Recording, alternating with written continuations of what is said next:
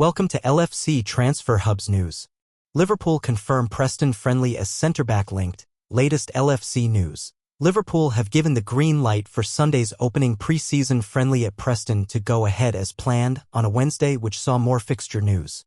Following the sad passing of Diogo Jota, there was uncertainty over whether the trip to Preston on Sunday would take place. But it has now been widely reported that, following consultation with players and staff and talks between both clubs, the 3 p.m. kickoff will go ahead. Preston are understood to have plans in place for tributes to Jota on what will be Liverpool's first outing since he passed away last week.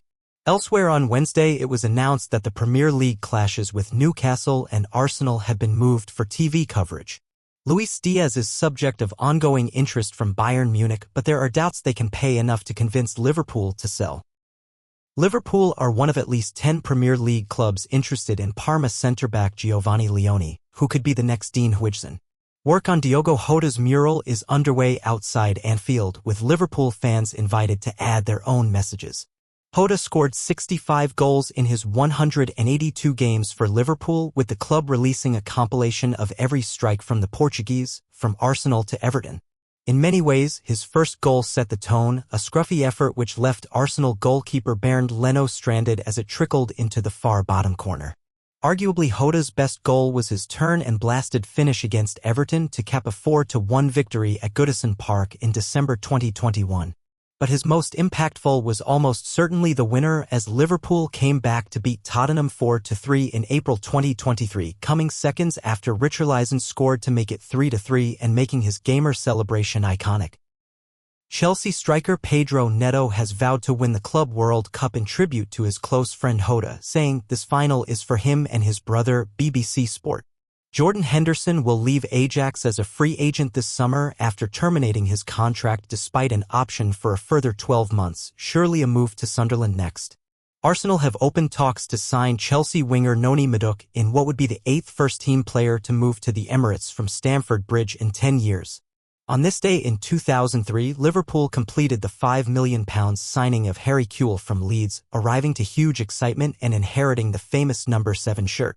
Unfortunately, Kewell's time at Anfield proved disappointing on an individual level, making 139 appearances over 5 seasons but succumbing to persistent injury problems. The Australian was forced off in both the 2005 Champions League and 2006 FA Cup finals, joining Galatasaray on the expiry of his contract in 2008. Cody Gakpo and Liverpool CEO pay Diogo Jota tributes with visit to Anfield. Cody Gakpo and Liverpool CEO Billy Hogan made the trip to Anfield today to pay their respects to Diogo Jota and his brother Andre Silva, who died last Thursday. Liverpool forward Cody Gakpo and chief executive Billy Hogan have both made visits to Anfield today to pay their respects to Diogo Jota and Andre Silva, who died in a car crash last week. In images shared on Liverpool's official social media channels, Gakpo and Hogan added to the floral tributes laid out outside Anfield's main stand. Thousands of people have made the trip to L4, leaving shirts, scarves and messages, with Arne Slot and Andy Robertson among those to do so on Tuesday. Hogan and members of the Liverpool executive team were pictured with a floral tribute. Gakpo also did the same in the week that he and his teammates began to return for pre-season training. Liverpool will take on Preston North End at Deepdale at the weekend in its first friendly of the summer. That will mark the first game since the passing of Jota. Later in the summer, it will take on AC Milan and Yokohama Marinos in Asia Athletic Club at Anfield, and then faces a trip to Wembley Stadium to take on Crystal Palace in the Community Shield. The ones I'm thinking about most right now are the family, Robertson wrote on social media last week. Their loss is too much to bear. I'm so sorry that they have lost 2 such precious souls, Diogo and Andre. For the team and the club, we'll try to cope with this together, however long that takes. For me, I want to talk about my mate. My buddy, the bloke I loved and will miss like crazy. I could talk about him as a player for hours, but none of that feels like it matters right now. It's the man, the person. He was such a good guy. The best. So genuine. Just normal and real. Full of love for the people he cared about. Full of fun. He was the most British foreign player I've ever met. We used to joke he was really Irish. I'd try to claim him as Scottish, obviously. I even called him Diogo Mac Jota. We'd watch the darts together and enjoy the horse racing. Going to Cheltenham this season was a highlight. It was one of the best we had. The last time I saw him was the happiest day of his life, his wedding day. I want to remember his never-ceasing smile from that magical day. How much he was bursting with love for his wife and family. I can't believe we're saying goodbye. It's too soon and it hurts so much.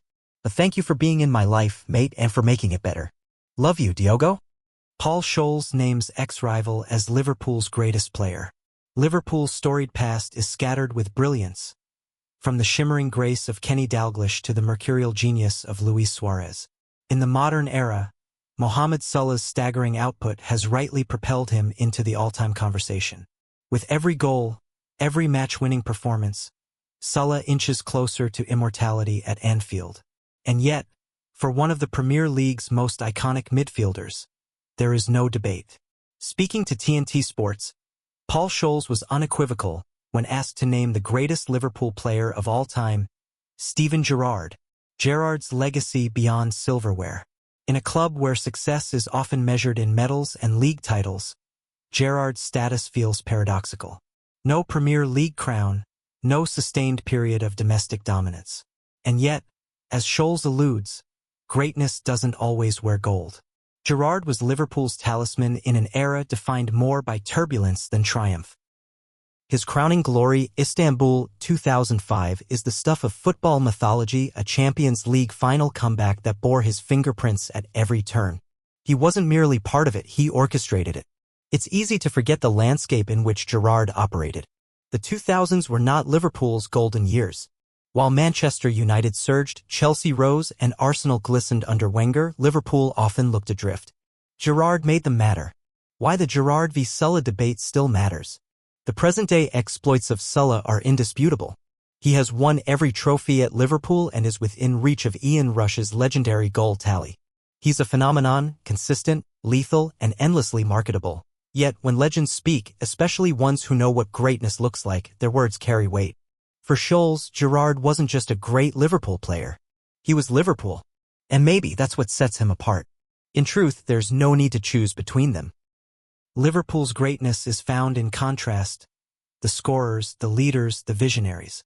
But in the eyes of one of Manchester United's finest, it's the number 8 who stands tallest.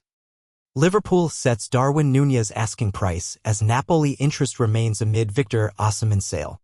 Liverpool has reportedly set its Darwin Nunez price this summer as the Reds look to offload the misfiring striker, with Napoli said to be interested in a deal for the forward. Liverpool has supposedly set its asking price for Uruguayan striker Darwin Nunez. The South American has found it challenging to meet expectations at Anfield following his transfer from Benfica in 2022. Despite a promising start at Anfield, the 26-year-old netted just 5 Premier League goals last season after falling out of favor under Arne Slot. It now seems that he might be heading for the exit door amid interest from Antonio Conte's Napoli, who are set to sell Victor Osimhen to Galatasaray. The Italian Serie A champion has expressed interest in acquiring Nunez's services during the summer transfer window. Given this interest, Liverpool appears ready to take a financial hit on Nunez to facilitate his departure. According to the Italian outlet Corriere dello Sport, the Reds are prepared to let Nunez go for approximately $95 million, £70 million, not that much less than the $115 million, £85 million. They shelled out to bring him to England 3 years ago. While Napoli is not prepared to meet this asking price, it remains interested. Reports suggest that Napoli's president Aurelio De Laurentiis is personally handling negotiations with Udinese Lorenzo Luca viewed as a potential alternative. Meanwhile, Nunez still has 3 years remaining on his contract at Anfield. He fell down the pecking order last season, and Florian Wirtz will only add to the competition for places in attack. Earlier this year, Liverpool manager Slot was compelled to dismiss claims that Nunez's limited playing time last season was due to a clause in his contract that would have required Liverpool to pay an additional $6.8 million, £5.0 million, to Benfica. He queried, "Do you always believe what journalists say?" "Not always? Me neither. Sometimes you should, but sometimes it's better not to believe everything that is written about players. This is completely new to me, and I've said many times that I'm working at a club here where it's really nice to work.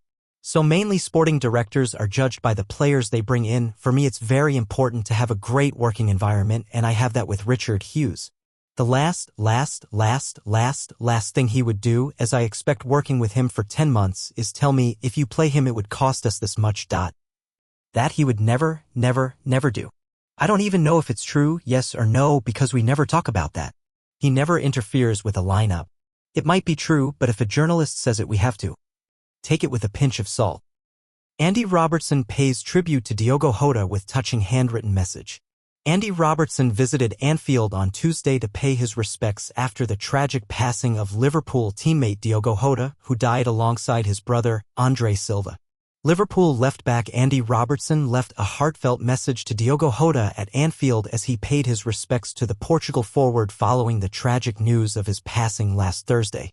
Robertson made the trip to Anfield where thousands of supporters of Liverpool and many others have laid out tributes to Jota and his brother Andre Silva. Scarves, shirts, and flowers have been left outside the main stand while a book of condolences was open for anyone wanting to leave written tributes. Jota, our hearts are broken but feeling very grateful for the memories you gave us all. Robertson wrote, I will miss you, love you brother. Robbo. Robertson was among Jota's closest friends. He attended the striker's wedding to long-term partner Ruud less than 2 weeks before his passing. Liverpool head coach Arne Slot also visited Anfield alongside his wife, Mirjam. FSG CEO of football Michael Edwards, who was instrumental in signing Jota from Wolves in 2020, also left a floral tribute. Slot's message read, Diogo, we had the same dream and we fulfilled it together. Andre and yourself will forever be in our hearts. Arne, Mirjam, Isa and Jope.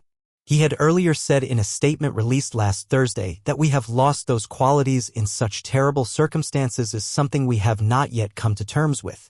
For this reason, we need everyone at the club to stand together and to be there for one another. We owe this to Diogo, to Andre Silva, to their wider family, and to ourselves. My condolences go to Diogo's wife, Ruud, their 3 beautiful children, and to the parents of Diogo and Andre Silva.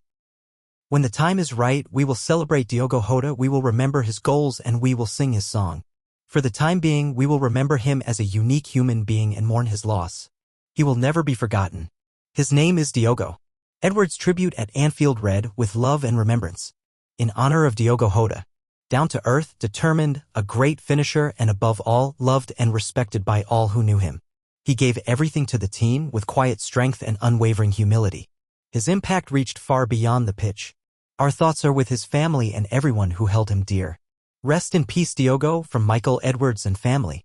Liverpool has begun to return for pre-season training this week and will take on Preston North End at Deepdale on Sunday in a fixture that will be televised by ITV Sport in the UK. Thanks for watching. Like, comment, and subscribe.